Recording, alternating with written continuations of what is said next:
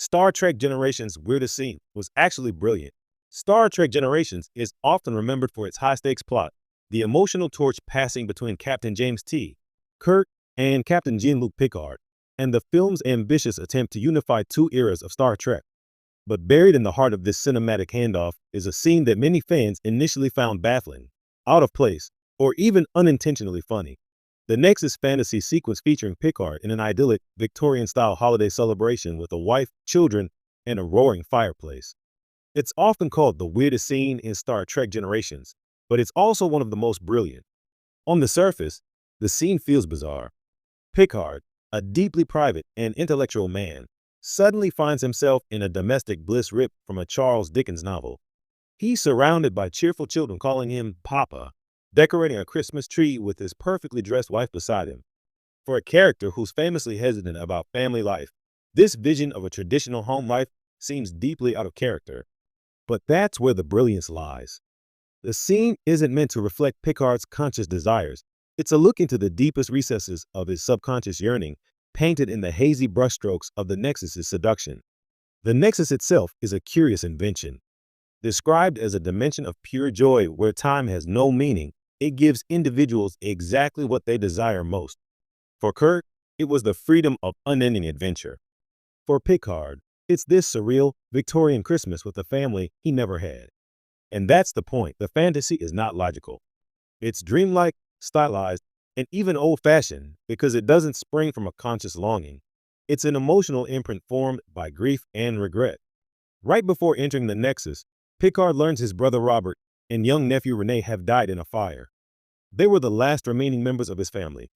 The fantasy conjured by the Nexus is less about his ambition and more about loss. It gives him the thing he no longer has the chance to build: a family. The brilliance of this sequence lies in how it reframes Picard. We know him as a cerebral, duty-bound captain, devoted to Starfleet, skeptical of personal entanglements. But this glimpse into his heart reveals how much he sacrificed, even if he'd never admit it. It forces us to reconsider what Picard might have wanted out of life if he had not chosen the stars. The warmth, the connection, the joy of watching children open gifts under a tree, these aren't things we associate with Jean-Luc Picard, but they are very human needs. And for a man who has spent decades as a solitary figure on a starship bridge, the fantasy is painfully beautiful. It also stands in stark contrast to the character of James T. Kirk, who has his own Nexus fantasy, one that reflects freedom. Kirk's illusion places him back in his remote cabin, chopping wood, making eggs, with the suggestion of resuming his life with lost love Antonia. But even that fantasy lacks the structured domesticity of Picard's. Kirk's happiness lies in having no responsibilities. Picard's lies in having all of them: children, tradition, stability. It's a profound thematic divide between two captains whose lives have followed very different emotional trajectories. From a cinematic perspective, the scene is jarring, intentionally so. The lighting is warm, the music is syrupy, and the camera work leans into soft focus. It feels more like a holiday commercial than a Star Trek film.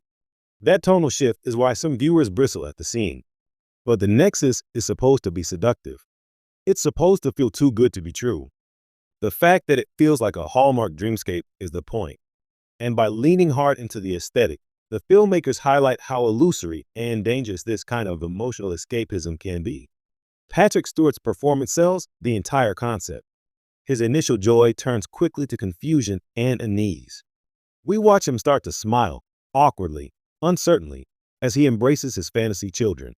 But there's a flicker in his eyes that shows it doesn't sit right.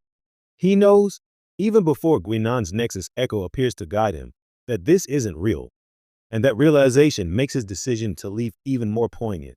He's not just leaving behind an illusion. He's rejecting a vision of what his life could have been. He's reaffirming his commitment to the real world, no matter how painful it may be. Ultimately, the weirdest scene in Star Trek Generations is brilliant because it dares to show us a side of Picard we've never seen. It's awkward and sentimental, even kitschy, but that's exactly why it works. It's stripped,